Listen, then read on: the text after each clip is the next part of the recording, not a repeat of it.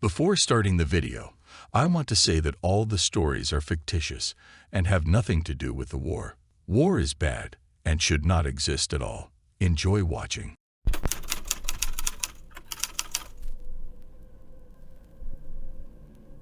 I've always said that war is the most terrifying ghost story ever told.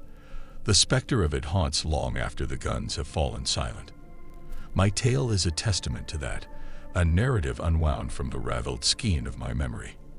I am veteran, an old soldier now, but once I saw far too much for my impossibly young age. The year was 1942, and World War II was ravaging Europe. I was a young British soldier serving in the 6th Armored Division. Our unit had been deployed to Tunisia as reinforcements for Operation Torch. One day word came down from the top that we were to seize a small village tucked into the shadowed folds of the Atlas Mountains. Intelligence suggested it had been turned into a German outpost. Along with 15 comrades, I was dispatched for this task. We trudged through endless expanse, the Saharan sun being our sole companion. My boots kicked up the oppressively hot, powdery sand as we trekked. Veteran Sergeant Thompson led with grim determination. He wore war like a second skin, his eyes always cradling the storm of combat. As the opaque veil of night enveloped the desert, we came upon the village, an intimate grouping of homesteads, eerily quiet. The unease among us mounted. Something felt wrong. We proceeded, not with the steeliness of trained soldiers, but with the trepidation of children tiptoeing around an unspeakable terror. Thompson gestured towards a larger building in the center, a palms-wide open marquee, probably a meeting place for the locals. Chilly silence and the watchful desert night welcomed us as we swept through the embracing darkness of the village.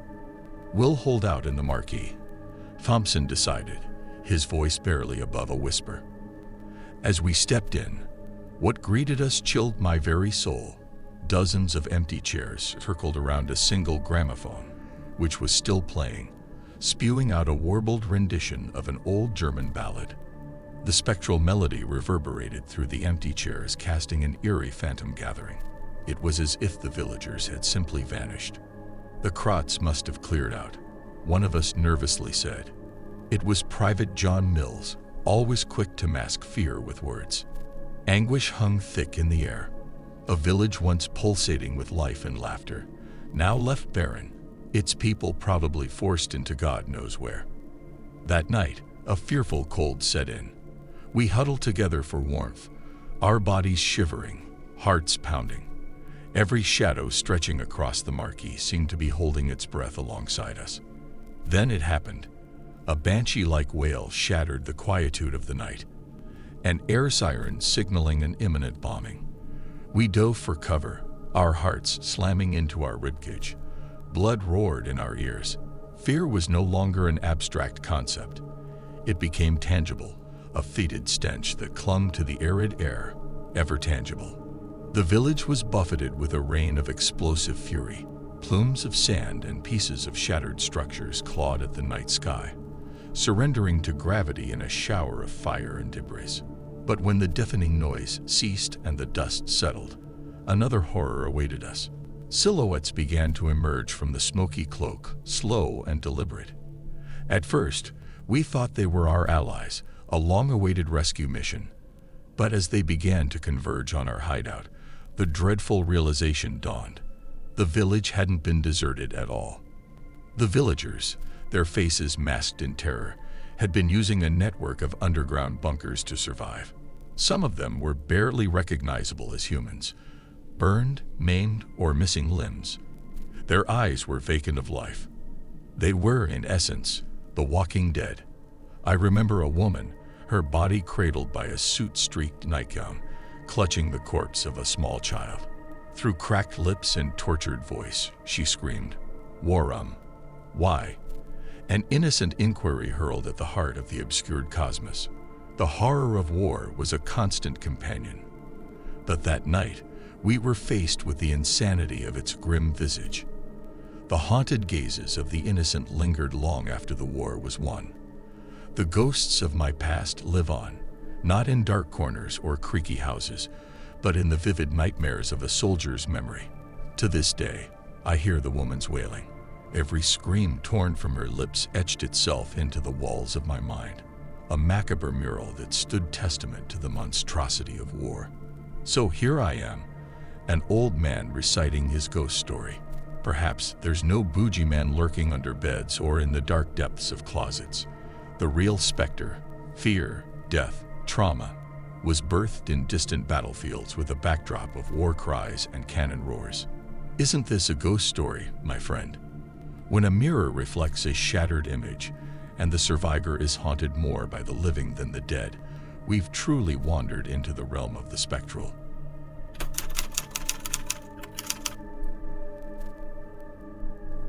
Haunted by the fury of war. I still remember the shores of Normandy, the howling wind, the cries of men, the smell of smoke and blood. But it's not the war in textbooks which keeps me up at night. It's a darker memory, a tale woven from the thread of fear itself. I was a young British soldier assigned to a reconnaissance unit during the D-Day invasion. We landed on Juno Beach, the second wave to hit the shores, our boots sinking into the blood-soaked sands. The stench of violence hung heavily in the air, a grim reminder of what had preceded our arrival. After securing the beach, we found ourselves traipsing inland, our task to reconnoiter a small medieval chateau reportedly claimed by the Nazis as a strategic headquarters.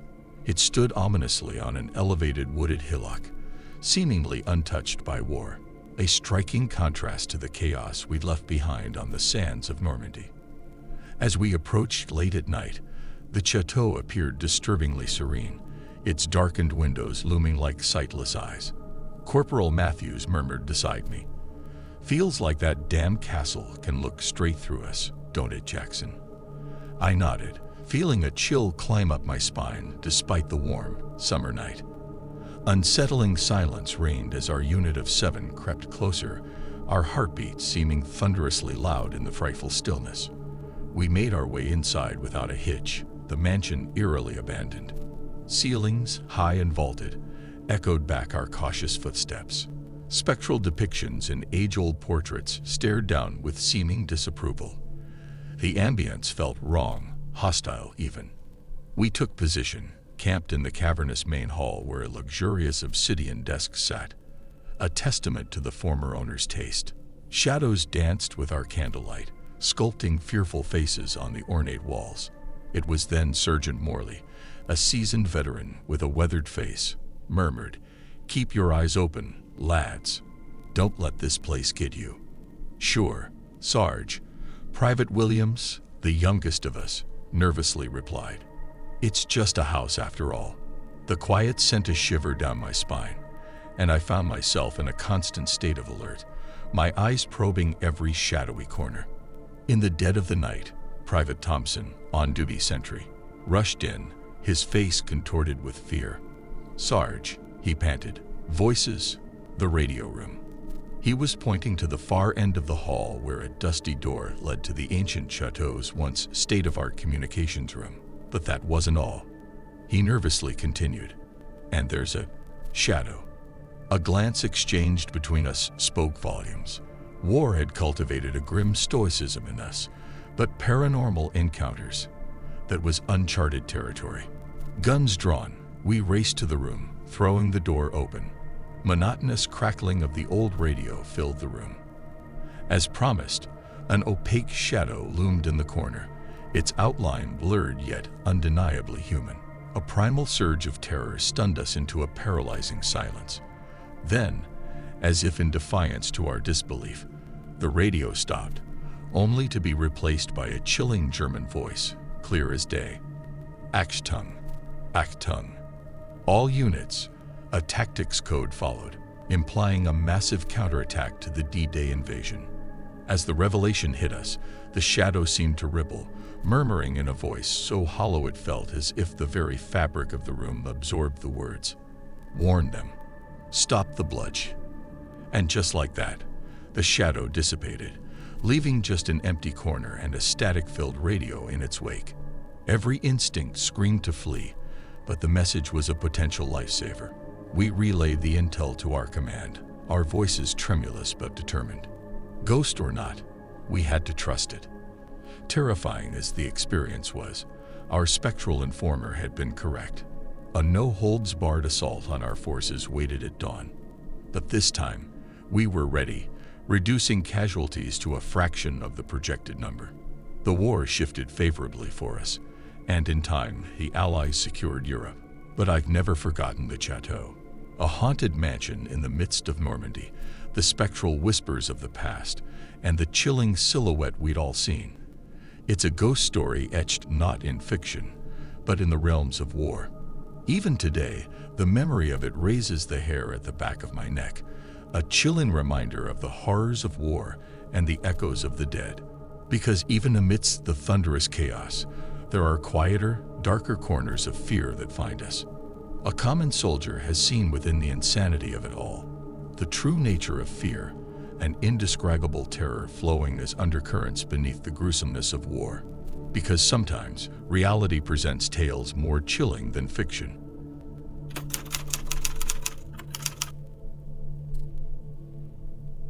Hidden shadows of Stalingrad. My throat still clenches at the mere memory, a dull and chilling echo of things long past yet branded in my soul. As a Russian sniper during the Second World War, fear was my daily bread, wolfed down without pause within the nightmare that was Stalingrad. We were battered and cold, shivering in the ruins of a once glorious city. The dead, frozen in twisted agony, stared accusingly from the cover of rubbed-out buildings, silent witnesses to the raging inferno that raged between the Soviets and Germans. On a grimmest December night, 4 of us, including myself, were assigned to scout a part of the city overrun by German forces. From a distant hill, our shelled city was but a specter, skeletal remains cloaked by snowfall. I was chilled to my bones, wearing a coat as threadbare as our hopes. My friends, Ivan, Dmitri, and Yakov, weren't much better off. "I hate this damned war," Ivan grumbled, frost crystallizing in his thick beard. Dmitri and Yakov merely nodded, their faces ghost-pale against the darkness. We moved under the cold eye of the winter moon, our path littered with gray corpses in a grim dance of death. But war had hardened us to such sights, or so we thought. Deep into German territory, we found our objective, a towering apartment building half sunk into its knees by repeated bombing yet somehow standing. Our task was to secure it as a vantage point for our fellow snipers. "Almost seemed pity enough to put her out of her misery," Dmitri muttered, staring at the broken behemoth. I nodded, feeling an inexplicable wave of dread. We ascended, our boots crunching on glass echoes of windows and life it used to house. The deeper we went, the denser an odd sense of unease became. The feel of the place was just wrong, an unnatural stillness to the air. We passed room after gloomy room, each filled with remnants of lost homes, and a photo album, its pages singed and torn, hunted my gaze with smiles of those probably dead. The frozen world outside seemed warmer compared to the cold despair seeping from the building's churred insides. We lingered in what was once a grand living area, a magnificent view of the ruined city before us. But the sight failed to thrill. The eeriness was unsettling, the silence broken only by faint whispers of the Arctic wind. Suddenly, Yakov stiffened, his gaze fixed on a grand frost-licked mirror, its silver surface reflecting the moon's pale light. "Do you see that?" he asked, his voice barely above a whisper. We turned just in time to see a shadow pass over the glass, a human-shaped blur. I froze, a shudder racking through my body. It must be a trick of the light, I tried to dismiss, though my heart pounded like a terrified drummer. Suddenly, the air turned clammy as though the room had exhaled. An audibly endearing, yet spectral voice echoed through the sudden chill, speaking in Russian. "Run. Leave." The words were followed by a gut-wrenching scream, a blood-curdling mix of anger and despair that seeped into our souls. We stood petrified, the remnants of our courage frozen. Pulling together, I half-shouted, my voice cracking, "We have to go. Now." The others, Their eyes-wide saucers didn't need any persuasion. We bolted from the place, fear lending wings to our flight. But I dared to look back, only to see the buildings shudder before coming down in a thunderous barrage of German artillery. In breathless gasps, I whispered our thanks to the invisible savior, feeling the cold dread begin to thaw from my veins. We reported the building's disappearance and managed to reposition our snipers successfully. The Battle of Stalingrad still chills me in my dreams, but it wasn't the blood, the despair, or even the loss that haunts me the most. It's that spectral voice, the shadow by the mirror, an echo from beyond in the heart of the war zone. Its warning, its deathly wail still follows me, a memoir of the unseen front lines where death goes beyond the physical. The memory of the war, of that specter, is a constant companion, a ghostly reminder that sometimes the shimmer in the mirror, the chill on your spine, might not be from this world, but from beyond, caught in the maws of history and war. Hell isn't just a place of burning fire. Sometimes it's a cold, shattered home where phantoms of the past still live on.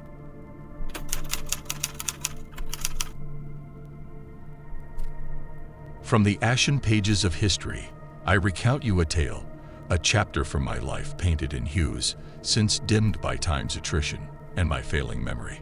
But alas, how can one forget certain nightmares cast in deathly pallor, those born amidst fervor of the Second World War in the far reaches of Japan? 1945, around April, we had been hunkered down in Okinawa for months. My unit, Delta 12, part of Task Force 58, was embedded deep in the heart of Japanese territory.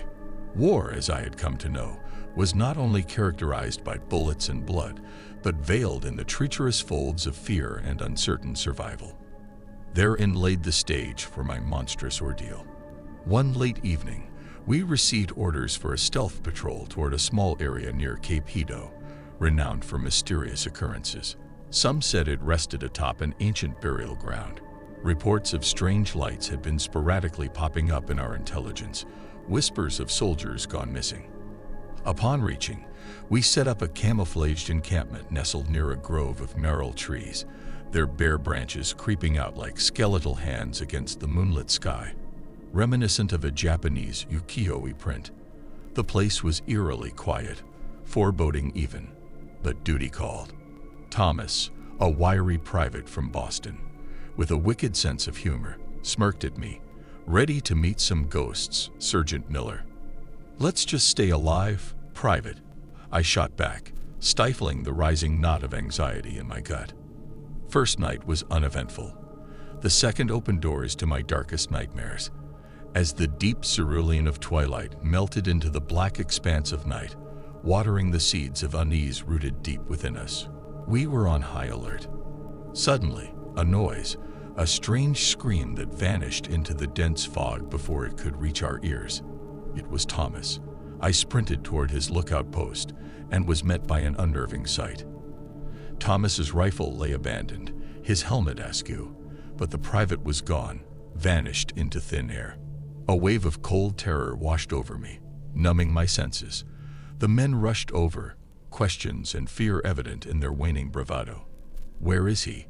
bellowed Private Lewis, panic threading his words. I had no answer, only a sickening dread pooling in my soul. It didn't stop there. Every night, shadows fell upon our unit, and with each passing daylight, a soldier would be gone. A demonic game, culpable players unseen, the rules unfathomable. I was beginning to realize we were in the midst of a horror beyond the realm of known warfare. I felt helpless, grappling with terror and the grueling responsibility of men disappearing under my command. God, it felt like a tidal wave pummeling me relentlessly. One chilly night, as I lay awake, grappling with my terrors and watching the fog creep over the desolate landscape like a deathly shroud, I saw it. Out of the corner of my eye, a spectral mirage, bathed in eerie moonlight, shifting, undulating against the backdrop of the dense forest. Its sight sent icy tendrils of terror rooting me on the spot. My heart hammered in my chest like a manic drum as I saw it reach the post of night watch. Poor young O'Hara. His terrified scream was abruptly swallowed by the omnipresent fog as his form was consumed by the apparition, a horrible sight forever etched into my nightmares. Atomic bombs at Hiroshima and Nagasaki may have ended the war. I remember telling Colonel Henderson, while reporting the terrifying, inexplicable encounters, a tremulous fear shaking my voice. But we are being raided by forces we cannot comprehend nor combat with our militaries. The Allied command swiftly repositioned Delta 12. Unable to explain the events of those chilling nights, the strange occurrences were officially documented as losses due to unknown hostile engagements. Yet we knew, those who lived through the ordeal, the fear was entirely of another realm. Years have dropped off the calendar since, and I, now an old man weakened by time, survive. But the ghost of Okinawa still haunts me, as real as the war medals collecting dust on my mantle. I am forever tethered to that horror, a wan ghost in broad daylight, a scared veteran with an unspeakable past. My war was not only fought against tyranny and external oppression, but also forces unseen, unheard, a terror that transcends comprehension and time, an ethereal enemy only known too well in the hushed whispers of the dead of the night.